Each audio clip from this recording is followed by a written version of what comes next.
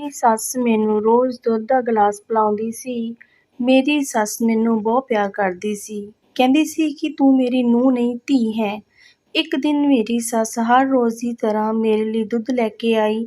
ਮੈਂ ਦੁੱਧ ਪੀਣ ਤੋਂ ਮਨ੍ਹਾ ਕਰ ਦਿੱਤਾ। ਮੇਰੀ ਸੱਸ ਦੇ ਘਰਵਾਲੇ ਨੇ ਮੈਨੂੰ ਬਹੁਤ ਮਾਰਿਆ ਤੇ ਮੈਨੂੰ ਘਰੋਂ ਕੱਢ ਦਿੱਤਾ।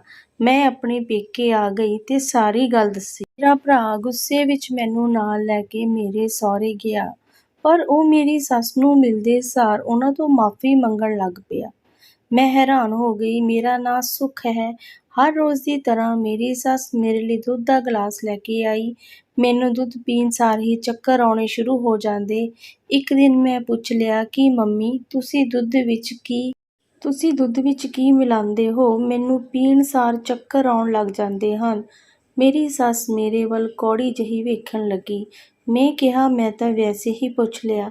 ਜੇਕਰ ਤੁਹਾਨੂੰ ਬੁਰਾ ਲੱਗਾ ਤਾਂ ਮੈਨੂੰ ਮਾਫ਼ ਕਰ ਦਿਓ। ਉਹਨਾਂ ਨੇ ਮੇਰੇ ਵੱਲ ਦੇਖਿਆ ਤੇ ਹੱਸਣ ਲੱਗੀ ਤੇ ਕਿਹਾ ਕਿ ਨਹੀਂ ਪੁੱਤ, ਮੈਂ ਤੇਰੀ ਕੋਈ ਵੀ ਗੱਲ ਬੁਰੀ ਨਹੀਂ ਲੱਗੀ। ਮੈਂ ਆਪਣੇ ਦਿਲ ਵਿੱਚ ਸੋਚਿਆ ਕਿ ਮੈਂ ਮੰਮੀ ਜੀ ਬਾਰੇ ਕਿੰਨਾ ਗਲਤ ਸੋਚ ਰਹੀ ਸੀ ਤੇ ਉਹ ਮੈਨੂੰ ਕਿੰਨਾ ਪਿਆਰ ਕਰਦੇ ਹਨ। ਇਹੀ ਗੱਲ ਸੋਚਦੇ ਮੈਨੂੰ ਨੀਂਦ ਆ ਗਈ। ਮੇਰੀ ਅੱਖ ਸਵੇਰੇ 6 ਵਜੇ ਖੁੱਲ੍ਹੀ ਤਾਂ ਮੇਰੀ ਸੱਸ ਆਰਤੀ ਕਰ ਰਹੀ ਸੀ। ਮੈਂ ਵੀ ਨਹਾ ਕੇ ਪੂਜਾ ਕੀਤੀ ਤੇ ਕੰਮ ਵਿੱਚ ਲੱਗ ਗਈ। ਕਈ ਵਾਰੀ ਮੈਂ ਆਪਣੇ ਘਰਵਾਲੇ ਨੂੰ ਕਹਿੰਦੀ ਕਿ ਤੁਹਾਡੇ ਨਾਲੋਂ ਤਾਂ ਮੈਨੂੰ ਮੰਮੀ ਜੀ ਪਿਆਰ ਕਰਦੇ ਹਨ। ਮੈਨੂੰ ਹਰ ਰੋਜ਼ ਕੇਸਰ ਪਾ ਕੇ ਦੁੱਧ ਦਿੰਦੇ ਹਨ, ਜੋ ਕਿ ਬਹੁਤ ਸਵਾਦ ਹੁੰਦਾ ਤੇ ਜਿਸ ਨੂੰ ਪੀ ਕੇ ਮੈਨੂੰ ਨੀਂਦ ਆ ਜਾਂਦੀ।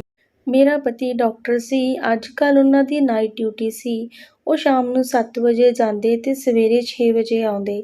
ਇਸ ਲਈ ਮੈਨੂੰ ਜਲਦੀ ਉੱਠਣਾ ਪੈਂਦਾ ਸੀ। ਮੈਂ ਉੱਠ ਕੇ ਪੂਜਾ ਕਰਦੀ ਤੇ ਆਪਣੇ ਪਤੀ ਲਈ ਨਾਸ਼ਤਾ ਬਣਾਉਂਦੀ। ਮੇਰੀ ਸੱਸ ਤੇ ਮੇਰਾ ਘਰਵਾਲਾ ਮੈਨੂੰ ਬਹੁਤ ਪਿਆਰ ਕਰਦੇ ਸੀ। ਮੈਂ ਆਪਣੇ ਸਹੁਰੇ ਬਹੁਤ ਖੁਸ਼ ਸੀ। ਮੇਰੇ ਪੇਕੇ ਦੀ ਤਰ੍ਹਾਂ ਮੇਰੇ ਸਹੁਰੇ ਘਰ ਕਿਸੇ ਚੀਜ਼ ਦੀ ਕੋਈ ਕਮੀ ਨਹੀਂ ਸੀ। ਮੇਰੇ ਪੇਕੇ ਬਹੁਤ ਅਮੀਰ ਸੀ। ਬਹੁਤ ਜਾਇਦਾਦ ਸੀ। ਇੱਕ ਵੱਡੀ ਹਵੇਲੀ ਸੀ। ਹਰ ਕੰਮ ਲਈ ਘਰ ਵਿੱਚ ਨੌਕਰ ਸੀ, ਪਰ ਭਾਵੇਂ ਕਿੰਨੇ ਹੀ ਨੌਕਰ ਕਿਉਂ ਨਾ ਹੋਣ, ਘਰ ਦੀ ਦੇਖ-ਰੇਖ ਲਈ ਆਪ ਨਾਲ ਲੱਗਣਾ ਹੀ ਪੈਂਦਾ। ਮੇਰੀ ਮਾਂ ਹਵੇਲੀ ਦੀ ਦੇਖਭਾਲ ਵਿੱਚ ਥੱਕ ਜਾਂਦੀ ਤੇ ਮੈਂ ਕਹਿੰਦੀ ਸੀ ਕਿ ਮੇਰਾ ਵਿਆਹ ਇੰਨੀ ਵੱਡੀ ਹਵੇਲੀ ਵਿੱਚ ਨਾ ਕਰਨਾ, ਮੇਰੇ ਤੋਂ ਇੰਨਾ ਕੰਮ ਨਹੀਂ ਹੋਣਾ। ਵੈਸੇ ਵੀ ਮੈਂ ਬਹੁਤ ਨਾਜ਼ੁਕ ਸੀ। ਮੇਰੇ ਮਾਂ-ਬਾਪ ਮੇਰੀ ਗੱਲ ਸੁਣ ਕੇ ਹੱਸ ਪੈਂਦੇ ਤੇ ਕਹਿੰਦੇ, ਜਿਵੇਂ ਤੂੰ ਕਹੇਂਗੀ ਓਦਾਂ ਹੀ ਕਰਾਂਗੇ। ਮੇਰੇ ਲਈ ਇੱਕ ਰਿਸ਼ਤਾ ਆਇਆ। ਘਰ-ਬਾਰ ਠੀਕ ਸੀ। ਸ਼ਹਿਰ ਵਿੱਚ ਹੀ ਰਹਿੰਦੇ ਸੀ ਤੇ ਘਰ ਵਿੱਚ ਹਰ ਚੀਜ਼ ਸੀ। ਮੇਰੇ ਪਾਪਾ ਤੇ ਭਰਾ ਨੂੰ ਮੁੰਡਾ ਪਸੰਦ ਆ ਗਿਆ, ਪਰ ਉਹ ਵਿਆਹ ਜਲਦੀ ਕਹਿੰਦੇ ਸਨ ਕਿਉਂਕਿ ਮੁੰਡੇ ਦੀ ਮਾਂ ਹਸਪਤਾਲ ਵਿੱਚ ਦਾਖਲ ਸੀ। ਮੇਰੇ ਭਰਾ ਨੇ ਕਿਹਾ ਕਿ ਇੰਨੀ ਜਲਦੀ ਅਸੀਂ ਵਿਆਹ ਨਹੀਂ ਕਰਨਾ। ਅਸੀਂ ਧੂਮ-ਧਾਮ ਨਾਲ ਵਿਆਹ ਕਰਨਾ। ਪਰ ਮੁੰਡੇ ਨੇ ਕਿਹਾ ਕਿ ਮੇਰੀ ਮਾਂ ਬਿਮਾਰ ਹੈ, ਉਹ ਵਿਆਹ ਵੇਖਣਾ ਚਾਹੁੰਦੀ ਹੈ, ਉਸ ਦੀ ਆਖਰੀ ਵਿਸ਼ ਹੈ। ਮੇਰਾ ਭਰਾ ਮੰਨ ਗਿਆ। ਮੇਰੇ ਵਿਆਹ ਤੱਕ ਮੇਰੀ ਸੱਸ ਵੀ ਠੀਕ ਹੋ ਗਈ। ਸਾਡਾ ਵਿਆਹ ਹੋ ਗਿਆ। ਮੇਰੀ ਸੱਸ ਬਹੁਤ ਪੂਜਾ-ਪਾਠ ਕਰਦੀ ਸੀ। ਮੈਨੂੰ ਸੀ ਕਿ ਉਹ ਮੈਨੂੰ ਵੀ ਰੋਕ-ਟੋਕ ਕਰਨਗੇ, ਪਰ ਮੈਂ ਆਪਣੀ ਮਰਜ਼ੀ ਦੀ ਮਾਲਕ ਸੀ। ਆਪੇ ਸੌਂਦੀ ਸੀ ਤੇ ਆਪਣੇ ਹਿਸਾਬ ਵਿੱਚ ਹੀ ਉੱਠਦੀ ਸੀ। ਮੇਰਾ ਘਰਵਾਲਾ ਮੈਨੂੰ ਬਹੁਤ ਪਿਆਰ ਕਰਦਾ ਸੀ। ਉਹ ਮੈਨੂੰ ਬਾਹਰ ਖਾਣਾ ਖਾਣ ਲਈ ਲੈ ਕੇ ਜਾਂਦਾ। ਬਹੁਤ ਵਧੀਆ ਚੱਲ ਰਿਹਾ ਸੀ। ਇੱਕ ਦਿਨ ਮੈਂ ਸੌਂ ਕੇ 3 ਵਜੇ ਉੱਠੀ। ਮੇਰੀ ਸੱਸ ਪੂਜਾ-ਪਾਠ ਕਰ ਰਹੀ ਸੀ। ਉਸਨੇ ਦੁਪਹਿਰ ਦੇ ਖਾਣੇ ਦੀ ਤਿਆਰੀ ਸ਼ੁਰੂ ਕਰ ਦਿੱਤੀ। ਮੈਂ ਵੀ ਉਹਨਾਂ ਕੋਲ ਚਲੀ ਗਈ। ਕਿਹਾ ਕਿ ਇੱਕ ਨੌਕਰਾਣੀ ਰੱਖ ਲੈਂਦੇ ਹਾਂ, ਉਹ ਸਾਰਾ ਕੰਮ ਕਰੂ ਤੇ ਖਾਣਾ ਵੀ ਬਣਾ ਦੂਗੀ। ਤੁਸੀਂ ਬਸ ਆਰਾਮ ਤੇ ਪੂਜਾ ਕਰਨਾ। ਮੇਰੀ ਸੱਸ ਨੇ ਕਿਹਾ ਕਿ ਮੈਨੂੰ ਤਾਂ ਕੰਮ ਕਰਨ ਦੀ ਆਦਤ ਹੈ, ਮੇਰੇ ਵਰਗੀ ਤਾਂ ਪੂਰੀ ਹਵੇਲੀ ਦਾ ਕੰਮ ਸਾਂਭ ਲਊ। ਮੈਂ ਕਿਹਾ, ਮਾਂ, ਤੁਸੀਂ ਕਿਉਂ ਹਵੇਲੀ ਦਾ ਕੰਮ ਕਰੋਗੇ? ਆਪਣੇ ਕੋਲ ਸਭ ਕੁਝ ਹੈ। ਉਹਨਾਂ ਕਿਹਾ, ਪੁੱਤ, ਪਹਿਲਾਂ ਮੈਂ ਕਿਸੇ ਹਵੇਲੀ ਵਿੱਚ ਨੌਕਰੀ ਕਰਦੀ ਸੀ। ਮੈਂ ਕਿਹਾ ਕਿ ਫਿਰ ਇਹ ਇੰਨਾ ਵੱਡਾ ਘਰ? ਤਾਂ ਉਹਨਾਂ ਕਿਹਾ, ਇਹ ਵਿਸ਼ਾਲ ਦੇ ਪਾਪਾ ਦੀ ਹਵੇਲੀ ਹੈ। ਮੈਂ ਜਿਸ ਹਵੇਲੀ ਵਿੱਚ ਕੰਮ ਕਰਦੀ ਸੀ, ਉਸਨੇ ਮੇਰੇ ਨਾਲ ਵਿਆਹ ਕਰਵਾ ਲਿਆ। ਮੈਨੂੰ ਬਹੁਤ ਨਫ਼ਰਤ ਹੋਈ ਕਿ ਮੈਂ ਇੱਕ ਨੌਕਰਾਣੀ ਨਾਲ ਉੱਠਦੀ ਬਹਿੰਦੀ ਤੇ ਖਾਂਦੀ ਪੀਂਦੀ ਸੀ। ਅੱਜ ਤੱਕ ਮੈਂ ਕਿਸੇ ਵੀ ਨੌਕਰ ਨੂੰ ਆਪਣੇ ਸਮਾਨ ਨੂੰ ਹੱਥ ਨਹੀਂ ਸੀ ਲਾਉਣ ਦਿੱਤਾ। ਜੇਕਰ ਕੋਈ ਨੌਕਰ ਮੇਰੀ ਕਿਸੇ ਚੀਜ਼ ਨੂੰ ਹੱਥ ਲਾ ਦਿੰਦਾ ਤਾਂ ਮੈਂ ਚੀਜ਼ ਸੁੱਟ ਦਿੰਦੀ ਸੀ। ਮੈਂ ਉੱਠ ਕੇ ਆਪਣੇ ਕਮਰੇ ਵਿੱਚ ਗਈ। ਮੇਰੇ ਘਰਵਾਲੇ ਦੇ ਡਿਊਟੀ ਜਾਣ ਦਾ ਟਾਈਮ ਹੋ ਗਿਆ ਸੀ। ਮੇਰੀ ਸੱਸ ਮੇਰੇ ਲਈ ਦੁੱਧ ਲੈ ਕੇ ਆਈ ਤੇ ਮੈਨੂੰ ਪਿਲਾਉਣ ਲੱਗੀ। ਮੈਂ ਸੋਚਿਆ, ਪਤਾ ਨਹੀਂ ਇਹ ਲੋਕਾਂ ਦੇ ਘਰ ਦੀ ਸਫਾਈ ਕਰਕੇ ਹੱਥ ਵੀ ਸਾਫ਼ ਕਰਦੀ ਸੀ। ਮੈਨੂੰ ਨਫ਼ਰਤ ਹੋ ਗਈ ਸੀ। ਮੈਂ ਕਿਹਾ ਕਿ ਤੁਸੀਂ ਦੁੱਧ ਰੱਖਦੇ ਹੋ, ਮੈਂ ਪੀ ਲਾਂਗੀ। ਮੈਂ ਆਪਣੇ ਦਿਲ ਨੂੰ ਕਹਿ ਰਹੀ ਸੀ ਕਿ ਇਹ ਕੰਮ ਤਾਂ ਮੰਮੀ ਪਹਿਲਾਂ ਕਰਦੇ ਸੀ, ਹੁਣ ਤਾਂ ਉਹ ਇਸ ਹਵੇਲੀ ਦੀ ਮਾਲਕਣ ਹੈ। ਮੇਰੀ ਸੱਸ ਦੁੱਧ ਰੱਖ ਕੇ ਚਲੀ ਗਈ ਤੇ ਮੈਂ ਦੁੱਧ ਨਹੀਂ ਪੀਤਾ। ਮੈਂ ਬੈੱਡ 'ਤੇ ਪੈ ਗਈ ਤੇ ਸੋਚਣ ਲੱਗੀ ਕਿ ਕਿਤੇ ਮੈਨੂੰ ਸੱਸ ਦੁੱਧ ਵਿੱਚ ਕੁਝ ਪਾ ਕੇ ਤਾਂ ਨਹੀਂ ਦਿੰਦੀ। ਮੈਂ ਸੋਚਿਆ ਕਿ ਮੈਂ ਸਵੇਰੇ ਜਲਦੀ ਉੱਠਣਾ ਹੈ, ਨਾਸ਼ਤਾ ਵੀ ਤਿਆਰ ਕਰਨਾ ਹੈ, ਦੁੱਧ ਗਰਮ ਕਰਕੇ ਪੀ ਲਊਂ। ਮੈਂ ਦੁੱਧ ਗਰਮ ਕਰਨ ਰਸੋਈ ਵਿੱਚ ਗਈ ਤਾਂ ਮੈਨੂੰ ਕਿਸੇ ਦੇ ਘਰ ਵਿੱਚ ਹੋਣ ਦੀ ਆਵਾਜ਼ ਆਈ। ਮੈਂ ਹੌਲੀ-ਹੌਲੀ ਚੱਲਣ ਲੱਗੀ। ਮੈਂ ਬਹੁਤ ਡਰ ਗਈ ਸੀ, ਮੈਨੂੰ ਬਹੁਤ ਡਰ ਲੱਗ ਰਿਹਾ ਸੀ।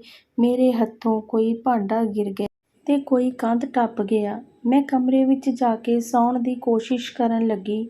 ਮੈਨੂੰ ਬਹੁਤ ਡਰ ਲੱਗ ਰਿਹਾ ਸੀ। ਪਤਾ ਨਹੀਂ ਕਦੋਂ ਮੈਨੂੰ ਨੀਂਦ ਆ ਗਈ।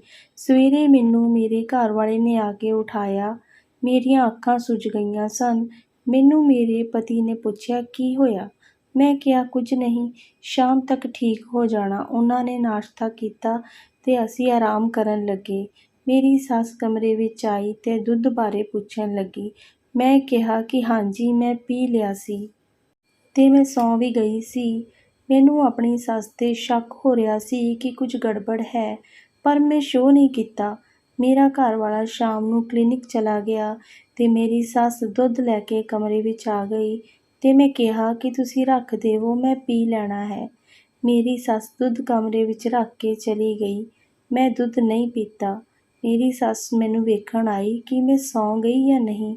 ਮੈਂ ਅੱਖਾਂ ਬੰਦ ਕਰ ਲਿੱਤੀਆਂ ਤੇ ਉਹ ਚਲੀ ਗਈ ਤੇ ਮੈਂ ਬਾਹਰ ਆ ਗਈ ਤਾਂ ਮੈਨੂੰ ਕਿਸੇ ਮਰਦ ਦੀਆਂ ਆਵਾਜ਼ਾਂ ਆ ਰਹੀਆਂ ਸਨ। ਉਹ ਕਹਿ ਰਿਹਾ ਸੀ ਕਿ ਤੂੰ ਇੰਨਾ ਕੰਮ ਕਰਦੀ ਹੈ, ਆਰਾਮ ਕਰ ਲਿਆ ਕਰ। ਮੇਰੀ ਸੱਸ ਨੇ ਕਿਹਾ, ਤੁਹਾਨੂੰ ਮੇਰੀ ਫਿਕਰ ਹੈ, ਮੇਰੇ ਲਈ ਇਹੀ ਬਹੁਤ ਹੈ। ਮੈਂ ਬਹੁਤ ਹੈਰਾਨ ਸੀ ਕਿ ਮੇਰੀ ਸੱਸ ਤਾਂ ਕਹਿੰਦੀ ਸੀ ਮੈਂ ਰਾਤ ਨੂੰ ਪਾਠ ਕਰਦੀ ਹਾਂ, ਫਿਰ ਇਹ ਕੀ ਹੈ?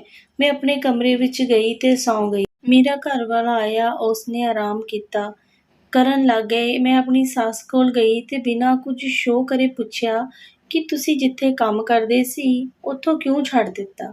ਉਹਨਾਂ ਦਾ ਮੂੰਹ ਉਦਾਸ ਹੋ ਗਿਆ। ਉਹਨਾਂ ਮੈਨੂੰ ਦੱਸਿਆ ਕਿ ਮੈਂ ਜਿੱਥੇ ਕੰਮ ਕਰਦੀ ਸੀ, ਉਹਨਾਂ ਦੇ ਬੇਟੇ ਨੇ ਮੇਰੇ ਨਾਲ ਜ਼ਬਰਦਸਤੀ ਵਿਆਹ ਕਰ ਲਿਆ ਤੇ ਕਿਹਾ ਕਿ ਜੇਕਰ ਮੈਂ ਕਿਸੇ ਨੂੰ ਕਿਹਾ ਤੇ ਉਹ ਮੈਨੂੰ ਬਦਨਾਮ ਕਰ ਦੇਵੇਗਾ।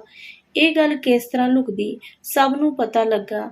ਆਖਿਰ ਨੂੰ ਮੈਨੂੰ ਹੀ ਬਦਨਾਮ ਕਰਕੇ ਉੱਥੋਂ ਕੱਢ ਦਿੱਤਾ ਤੇ ਇਹ ਘਰ ਵਿਸ਼ਾਲ ਦੇ ਪਿਤਾ ਜੀ ਦਾ ਹੈ। ਉਹ ਰੋਣ ਲੱਗ ਗਈ। ਮੈਨੂੰ ਬਹੁਤ ਦੁੱਖ ਹੋ ਰਿਹਾ ਸੀ, ਪਰ ਸੱਚ ਵੀ ਨਹੀਂ ਆ ਰਿਹਾ ਸੀ ਕਿ ਫਿਰ ਰਾਤ ਨੂੰ ਕਿਸ ਨਾਲ ਗੱਲ ਕਰ ਰਹੀ ਸੀ।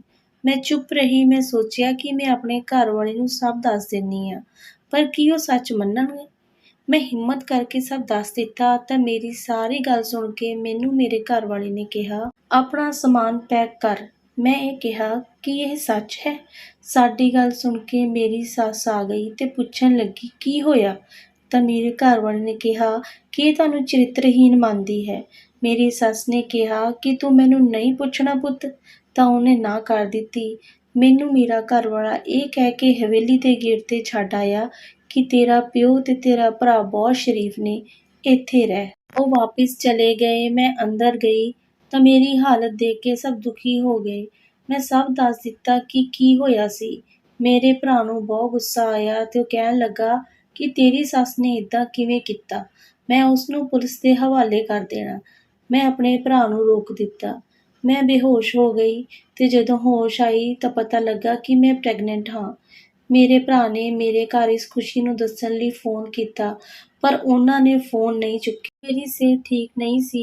ਇੱਕ ਦਿਨ ਮੇਰਾ ਭਰਾ ਮੈਨੂੰ ਲੈ ਕੇ ਮੇਰੇ ਸਹੁਰੇ ਛੱਡਣ ਚਲਾ ਗਿਆ। ਉਹ ਕਹਿ ਰਿਹਾ ਸੀ ਕਿ ਇਸ ਟਾਈਮ ਤੈਨੂੰ ਵਿਸ਼ਾਲ ਦੀ ਲੋੜ ਹੈ ਤੇ ਤੇਰੇ ਬੱਚੇ ਨੂੰ ਪਿਓ ਦਾ ਨਾਮ ਵੀ ਚਾਹੀਦਾ ਹੈ।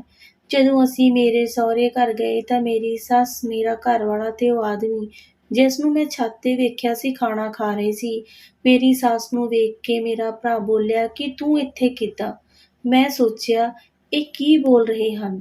ਮੇਰੀ ਸੱਸ ਨੇ ਕਿਹਾ, ਤੂੰ ਤਾਂ ਸੋਚਿਆ ਹੋਣਾ ਕਿ ਮੈਂ ਮਰ ਗਈ। ਮੇਰੇ ਭਰਾ ਨੇ ਕਿਹਾ ਕਿ ਤੂੰ ਮੇਰੇ ਤੋਂ ਬਦਲਾ ਲੈਣ ਲਈ ਇਹ ਕੀਤਾ? ਤਾਂ ਉਸਨੇ ਕਿਹਾ, ਹਾਂ। ਮੈਂ ਆਪਣੇ ਭਰਾ ਵੱਲ ਵੇਖਿਆ। ਉਸਨੇ ਮੈਨੂੰ ਦੱਸਿਆ ਕਿ ਕਿਸ ਤਰ੍ਹਾਂ ਉਸਨੇ ਮੇਰੀ ਸੱਸ ਨਾਲ ਜ਼ਬਰਦਸਤੀ ਵਿਆਹ ਕਰ ਲਿਆ ਅਤੇ ਫਿਰ ਬਦਨਾਮ ਕਰਕੇ ਘਰੋਂ ਕੱਢ ਦਿੱਤਾ। ਉਹ ਮੇਰੀ ਸੱਸ ਤੋਂ ਮਾਫ਼ੀ ਮੰਗ ਰਿਹਾ ਸੀ। ਮੈਨੂੰ ਮੇਰੇ ਘਰਵਾਲੇ ਨੇ ਕਿਹਾ ਕਿ ਸਾਡੇ ਦੋਨਾਂ ਵਿੱਚੋਂ ਇੱਕ ਨੂੰ ਚੁਣ ਲੈ।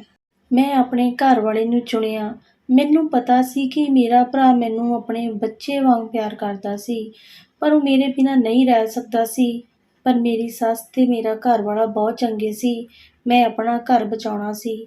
ਮੈਂ ਆਪਣੇ ਭਰਾ ਨਾਲ ਸਭ ਰਿਸ਼ਤੇ ਤੋੜ ਦਿੱਤੇ ਸੀ। ਕੁਝ ਟਾਈਮ ਬਾਅਦ ਸਾਡੇ ਘਰ ਇੱਕ ਮਹਿਮਾਨ ਆਇਆ। ਅਸੀਂ ਹੁਣ ਸਾਰੇ ਖੁਸ਼ੀ-ਖੁਸ਼ੀ ਰਹਿਣ ਲੱਗੇ ਅਤੇ ਵਿਸ਼ਾਲ ਦੇ ਪਾਪਾ ਜੀ ਵੀ ਸਾਡੇ ਨਾਲ ਰਹਿਣ ਲੱਗੇ। ਹਾਂਜੀ ਦੋਸਤੋ, ਤੁਹਾਨੂੰ ਇਹ ਕਹਾਣੀ ਕਿੱਦਾਂ ਦੀ ਲੱਗੀ? ਜੇਕਰ ਤੁਹਾਨੂੰ ਕਹਾਣੀ ਚੰਗੀ ਲੱਗੀ ਤਾਂ ਪਲੀਜ਼ ਵੀਡੀਓ ਨੂੰ ਲਾਈਕ ਜ਼ਰੂਰ ਕਰੋ ਜੀ। ਚੈਨਲ ਨੂੰ ਸਬਸਕ੍ਰਾਈਬ ਜ਼ਰੂਰ ਕਰੋ ਜੀ। ਜ਼ਿਆਦਾ ਤੋਂ ਜ਼ਿਆਦਾ ਸ਼ੇਅਰ ਕਰੋ ਤੇ ਪੇਂਡੂ ਵਿਰਸਾ ਕਹਾਣੀਆਂ ਨੂੰ ਸਬਸਕ੍ਰਾਈਬ ਕਰੋ। ਮਿਲਦੇ ਹਾਂ ਜੀ ਇੱਕ ਨਵੀਂ ਕਹਾਣੀ ਨਾਲ। ਤਦ ਤੱਕ ਲਈ ਆਪਣਾ ਤੇ ਆਪਣੇ ਘਰਦਿਆਂ ਦਾ ਧਿਆਨ ਰੱਖੋ। ਸਤਿ ਸ਼੍ਰੀ ਅਕਾਲ ਜੀ ਸਾਰਿਆਂ ਨੂੰ।